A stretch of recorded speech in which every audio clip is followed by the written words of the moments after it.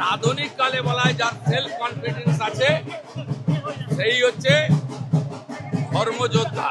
আমার self confidence আছে, আমি স্বামীজির মন্ত্র নিয়ে চোরইবতী চোরইবতী বলে মমতা ব্যানার্জিকে এখানে হারাবো। আমি স্বাধীনতা সংগ্রামীর পরিবারের সদস্য, আমার দীর্ঘ রাজনৈতিক 33-34 বছরের অভিজ্ঞতা, আমি জনগণের সঙ্গে থাকি, মানুষ পরিবর্তন করবে। নরেন্দ্র মোদীজির আশীর্বাদ ধন্য বিজেপির প্রার্থী আমাকে জেতাবে। আজ আপনি হাইকোর্টের দ্বারস্থ হয়েছেন, আপনার বিরুদ্ধে কতগুলো মামলা আছে জানার জন্য, এবার কি পুলিশ এটাও আটকাচ্ছে? পুলিশ কি সেখানেও না, এটা আমাকে নমিনেশনের সঙ্গে দিতে হবে।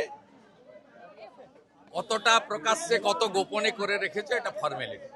ডিজি সাহেবকে চিঠি দিয়েছি, আমার কোর্টে মুভ হয়েছে, হাইকোর্ট বলবে দিতে, আমি নিয়ে নিব।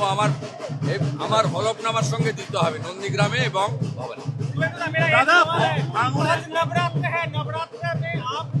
आज बांग्ला नववर्ष, आज हिंदू नववर्ष है, आज हिंदू नववर्ष है, इसलिए मैं आज शुरू किया है। लेकिन ममता बनर्जी की ईद के बाद मैं भारतीय हूँ, मैं हिंदू। ममता बनर्जी की ईद के बाद দাদা, ভাঙড়ে একজনের মৃত্যু হয়েছে বোমা বিস্ফোরণে, ভোট শুরু হতেই বোমা বিস্ফোরণ। ममता बनर्जी क्या ईद के बाद उतरेंगे कैंपेन? কম্পিটেন্ট ডিজি এডিজি এলো আছে, তারা দেখে নেবে, আমাদের বিশ্বাস তারা দেখে নেবে।